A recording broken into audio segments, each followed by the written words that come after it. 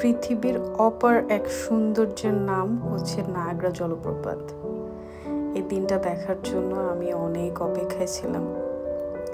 অনেক দিনের plan, programme, অনেক অপেক্ষার পর আজ এখানে। এটা হচ্ছে রাতের ভিউ মানে একটা অন্যরকম সৌন্দর্য, আর দিনের বেলা একটা অন্যরকম একটা সৌন্দর্য।